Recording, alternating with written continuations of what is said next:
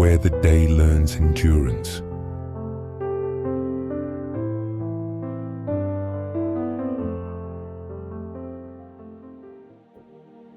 Where the day learns endurance. The morning did not arrive gently.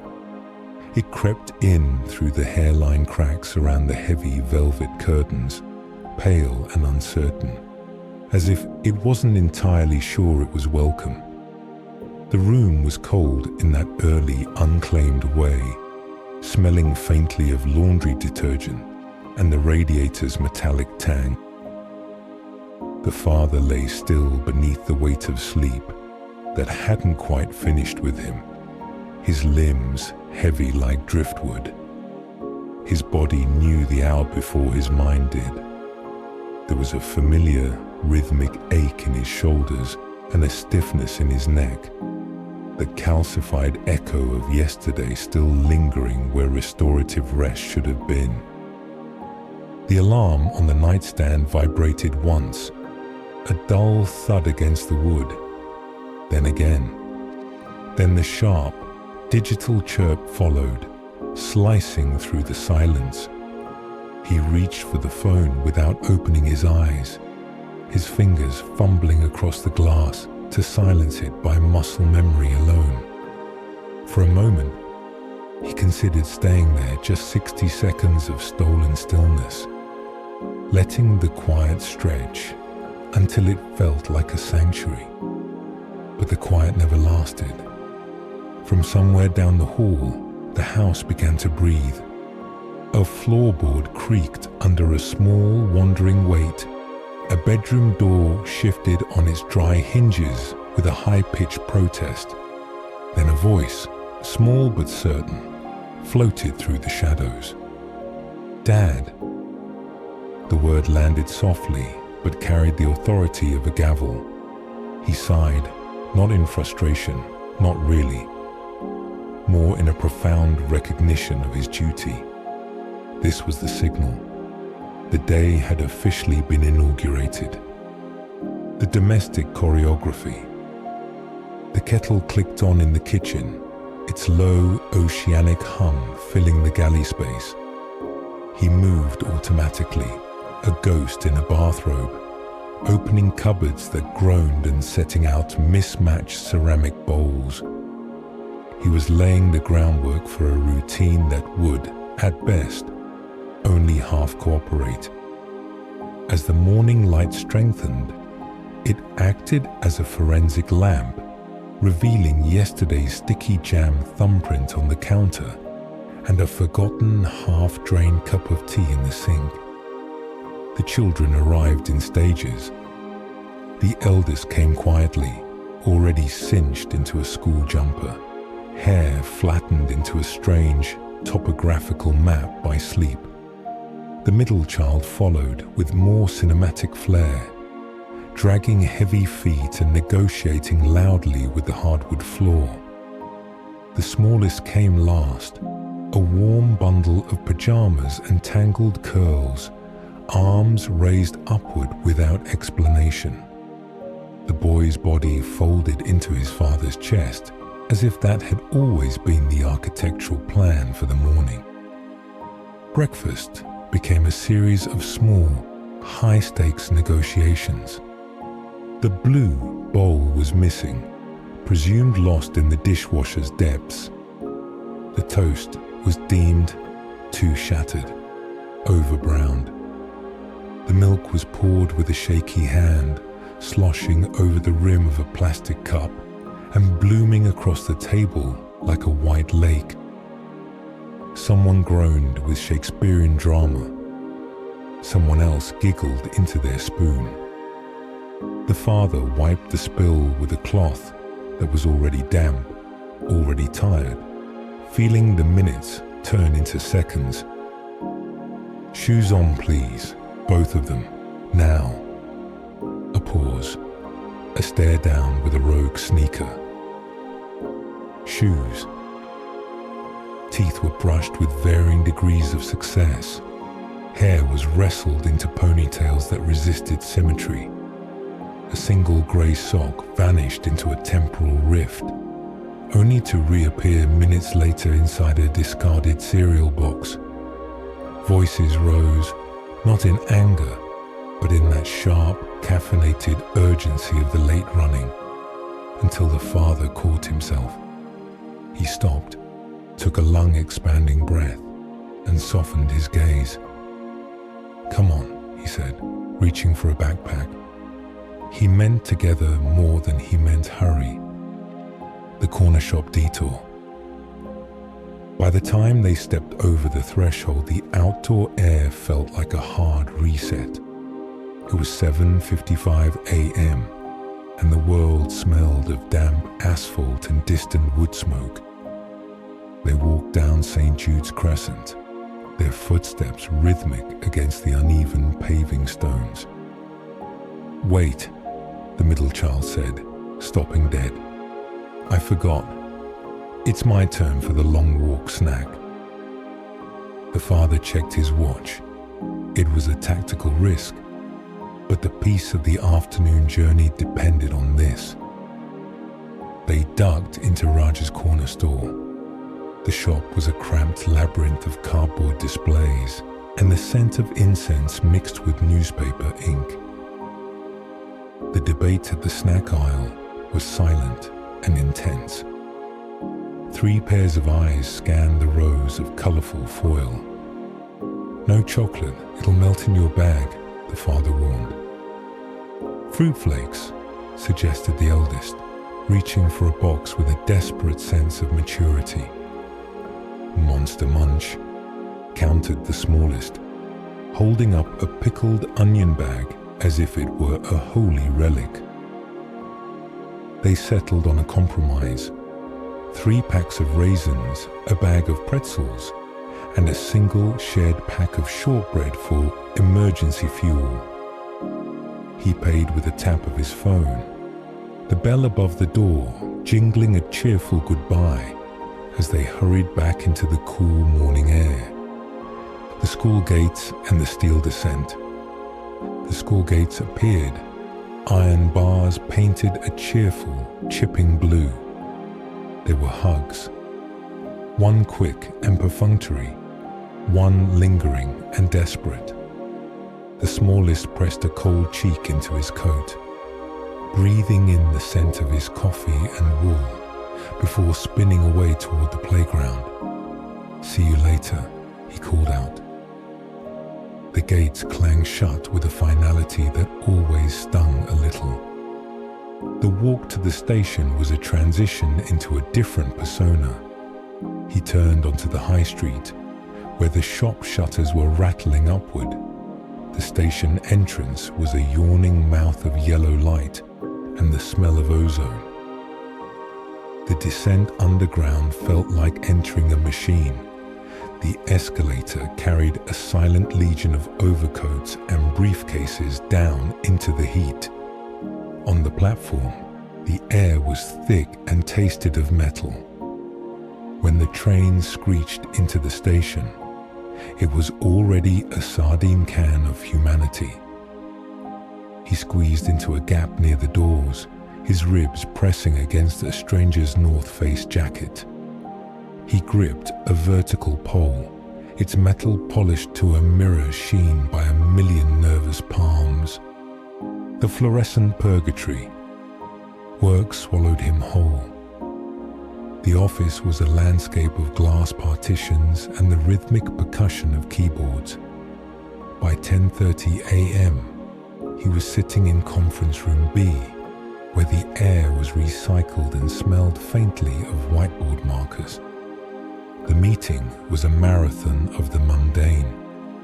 A junior executive was navigating a 42-slide PowerPoint presentation titled Q3 Synergies and Optimization Flowcharts. The slides were dense with clutter-core graphics, overlapping bar charts in varying shades of corporate blue and bullet points that used words like leveraging and granularity until they lost all meaning. The father watched a dust mote dance in the beam of the projector. He looked at the clock. 10:47. He looked again.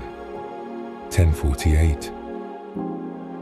If we look at the pivot table on slide 24, the speaker droned, his laser pointer trembling slightly on a red line that was trending downward. The father contributed a comment about resource allocation to prove he was conscious, then sank back into a mental rehearsal of his evening. He found himself staring at a smudge on the window, wondering if the smallest had finished his fruit flakes yet. Lunch was a utilitarian affair. A pre-packaged wrap eaten over a spreadsheet, the chickens slightly rubbery. His coffee was reheated in the break room microwave until it tasted of burnt beans, then forgotten on his desk as another meeting, this one about meeting efficiency, began. The supermarket gauntlet. When he finally escaped at 5 p.m., his brain felt like it had been scrubbed with sandpaper, but the day was only entering its second act. He emerged from the station near a large supermarket, the sliding doors hissing open to reveal a bright, chaotic world of consumerism. He grabbed a basket with a squeaky wheel. He needed milk, bread, and something for dinner. He stood in the fresh produce aisle, staring at a head of broccoli as if it held the secrets to the universe. His phone buzzed. It was a text from his partner. "What's for dinner?" Kids are asking. He typed back, "Pasta." The reply was instant. "We had that Tuesday. They want tacos." He frowned. "We don't have shells." The phone pinged. "Then get shells." He navigated the aisles with the focus of a fighter pilot. Tortilla shells, check. Ground beef, check. An avocado that wasn't a rock but wasn't mush, a miracle. The big milk, green top. The queue for the self-checkout was a bottleneck of weary souls. He watched a man ahead of him struggle with an unexpected item in bagging area error, feeling a kinship in their shared frustration. He tapped his card, bagged the heavy groceries, and began the final trek, the return and the exhale. He reached the school gates just as the after-school club was dispersing. The children spilled out, their energy levels inexplicably higher than they had been at 8 a.m. "Did you get the snack?" the middle child demanded immediately. "In the bag, pretzels," he said, handing them out like rations. The walk home was a slow, sugar-fueled procession. "What's for dinner?" the eldest asked. "Tacos," he said. "I wanted pizza," the smallest wailed. "Tacos are basically Mexican pizza," the father lied smoothly. "No, they aren't," the eldest pointed out. "Pizza is flat. Tacos are folded." "It's an architectural difference, not a culinary one," the father countered. They debated the geometry of food all the way to the front door. At home, the house finally exhaled. Shoes were kicked into a chaotic pile. Homework was spread across the kitchen table. Together, they wrestled with long division while the beef sizzled in the pan, filling the house with the scent of cumin and chili. The house was no longer a sanctuary of morning light. It was now a theater of evening friction. The transition from worker to provider happened the moment the grocery bags hit the linoleum with a heavy plastic thud. The taco assembly chaos. The kitchen became a high-stakes construction site. The father stood at the stove, the wooden spoon rhythmically breaking apart the browning beef in the cast-iron skillet. The sound of the sizzle competed with the erratic hum of the extractor fan. He shook a packet of taco seasoning over the meat, a cloud of cumin, paprika, and salt that momentarily turned the air into a desert spice market. "I want to do the cheese," the middle child shouted, dragging a heavy wooden stool across the floor with a screech that set the father's teeth on edge.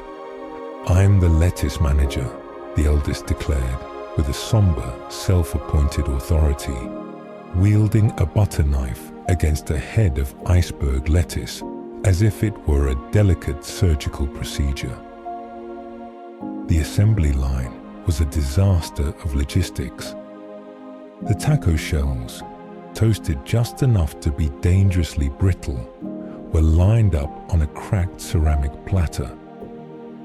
The smallest child was tasked with spooning the salsa, which resulted in a trail of red, chunky droplets across the counter that looked like a crime scene. "Don't overstuff it," the father warned, but it was too late. The middle child had attempted to defy the laws of physics, piling a mountain of cheddar onto a base of beef. The shell gave a sickening crack, disintegrating into shards. "My taco is broken." The cry went up, followed by a theatrical collapse onto the floor. The father didn't snap. He simply reached for a fork. "Now it's a taco salad," he said, his voice a calm anchor in the storm of sour cream and spilled juice. They ate with their hands, juice running down wrists. The table a battlefield of discarded shells and stray beans. For 20 minutes, the only sound was the crunch of corn and the frantic retelling of playground dramas. The architecture of long division. The dinner plates were stacked in the sink, but the real labor was just beginning. The kitchen table was cleared to make room for the Year 5 mathematics workbook. The eldest sat there, staring at a page of long division with a look of profound betrayal. "I don't get it," the boy whispered, his pencil hovering over the paper like a plane unable to land. "Why do I have to bring the zero down? Where does it go?" The father sat beside him, the scent of taco seasoning still clinging to his skin. He looked at the problem. To his tired brain, the numbers looked like a swarm of angry bees. He took a breath, forcing his mind to shift gears from corporate resource allocation to the foundational logic of the universe. "Okay," the father said, drawing a long, sloping bus stop bracket. "Think of it like a game of how many fit. Does 12 fit into 4? No. So we look at 42. How many 12s are in 42? The boy bit his lip, his brow furrowed in a physical display of mental exertion. 3. Right is 36. Write it underneath. Now, this is the important part. We find the difference." They moved through the steps like a slow-motion dance. Subtract. Bring down the 8. Divide again. The eraser was used so vigorously, it produced a small pile of grey rubber crumbs. The father watched the boy's hand, small, ink-stained, and trembling slightly, with the pressure of wanting to be right. When the final remainder was 0, the boy let out a breath he seemed to have been holding since lunchtime. "I did it," he whispered, looking at the neatly stacked numbers as if they were a skyscraper he'd built with his own hands. "You did," the father said, squeezing the boy's shoulder. "You built the bridge." The story of the great blue whale. Bath time was a blur of steam and splashing, but finally the house began to dim. The 3 children were tucked into their bunk beds, a tangle of limbs and soft flannel. The father sat on the edge of the bottom bunk, the only light coming from a small dinosaur-shaped lamp in the corner. "Tell us the whale story," the smallest whispered, pulling the duvet up to his chin. The father closed his eyes, leaning his head against the bed frame. "Once," he began, his voice dropping into a low melodic rumble, "there was a great blue whale named Barnaby. Barnaby was so big that when he sneezed it rained in Australia. But Barnaby was tired. He'd spent the whole day swimming against the deep ocean currents, carrying the songs of the sea from one side of the world to the other." The room grew still. The children's breathing began to sync with the rhythm of his words. He swam past forests of glowing kelp that looked like underwater emeralds. He waved his flipper at the giant squids who lived in the dark, silent trenches where no light ever reaches. But all Barnaby wanted was to find a quiet patch of moonlight on the surface of the water where he could rest his heavy head. He found a cove where the stars looked like diamonds dropped in a bucket of ink. He floated there, letting the gentle waves rock him back and forth,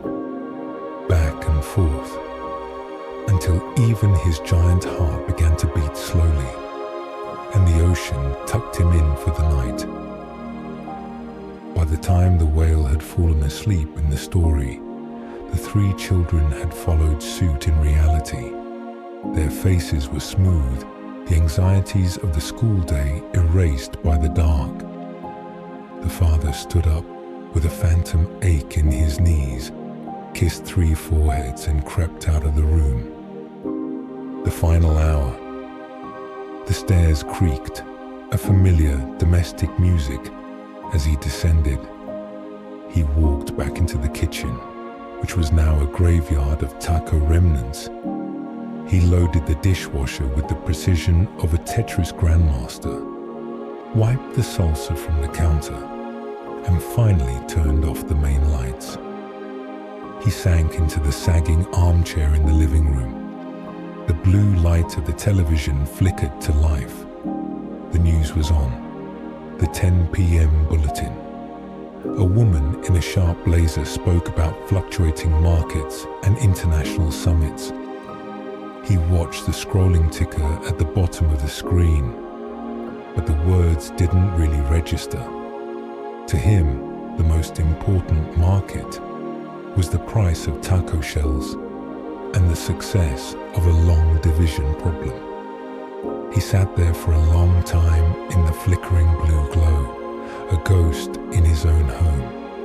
He was a man who had been a worker, a commuter, a negotiator, a chef, a teacher, and a storyteller, all in the span of 15 hours.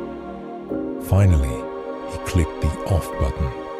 The silence that followed was absolute. He stood up, stretched his stiff back one last time, and headed toward the stairs. Tomorrow would arrive with a vibration on a nightstand, and he would be ready to meet it. The house had finally reached its state of total surrender. The hum of the refrigerator and the ticking of the radiator cooling down were the only sounds left in the kitchen. As the father reached for the final light switch, something caught his eye. A scrap of lined paper weighed down by the salt shaker. It was a drawing from the middle child, executed in frantic, waxy crayon. It depicted a giant, lopsided figure with wildly out-of-proportion arms, holding 3 smaller stick figures. Underneath, in shaky, phonetic spelling, it read, "Hero Dad." The D in Dad was backwards, and he had been given a cape that looked suspiciously like a bath towel. A tired smile tugged at the corner of his mouth. He didn't put the drawing in the recycling or hide it in a drawer. He tucked it into his pocket, a small, crinkled talisman against the weight of the coming morning. The heavy ascent. He climbed the stairs, his feet finding the spots on the carpet that didn't complain. Entering the bedroom, he moved through the darkness with the practiced grace of a submariner. The room was cool now, the air smelling of the night. He undressed in the shadows, his clothes falling to the floor with a soft whoomp. As he pulled back the duvet, the sheets felt like a cold, crisp promise. He slid into bed, and for the first moment in 17 hours, his spine was horizontal. The interior ledger. He lay there staring at the ceiling, where the faint glow of a street lamp outside filtered through the curtains, casting a pattern of ribs across the plaster. His mind, usually a high-speed processor of deliverables and efficiency metrics, began its nightly ritual of filing the day away. He thought about the fluorescent purgatory of the office. The image of the junior executive's PowerPoint flashed before his eyes, that red line trending downward. In the boardroom, it had felt like a crisis. Now, in the dark, it felt like fiction. It was just pixels and breath. Then, his thoughts shifted to the long division. He could still feel the heat radiating from the eldest boy's forehead as he struggled with the numbers. He visualized the bus stop bracket he had drawn. He realized that the boy hadn't just learned to divide. He had learned that he could survive being stuck. That, the father thought, is the real synergy. His mind drifted to the supermarket gauntlet. He remembered the weight of the 4-pint milk in his hand and the brief, silent nod of solidarity he'd shared with the man at the self-checkout. There was a hidden army of them out there, he realized. Thousands of fathers and mothers clutching grocery bags and hero drawings, navigating the same metal tunnels and fluorescent aisles, all held together by the same invisible threads of duty and exhaustion. The edge of the map. He felt the muscles in his face finally go slack. The stiffness in the neck from 6 a.m. had transformed into a dull, heavy thrum. He thought of the great blue whale, Barnaby, floating in the ink-black cove. I am the whale, he thought, a half-dreaming wit flickering in his mind. I carried the songs of the sea today. I moved the meat. I moved the milk. I moved the numbers. His thoughts became less like sentences and more like images. A blue bowl, a flickering projector, a taco shell shattering like glass, a backwards D. The world began to blur. The boundaries of the room dissolved. He wasn't thinking about the 10% battery on his phone or the 9 a.m. meeting on granularity. He was just a body in a bed, a heart beating slowly in the dark, a man who had done enough for one revolution of the earth. The last thing he felt was the crinkle of the crayon drawing in his trousers on the chair beside him. It was a small sound, but it was enough. The morning would come early, the alarm would chirp, the cycle would begin. But for now, the day had finally learned its endurance, and the father, at last, could learn to rest.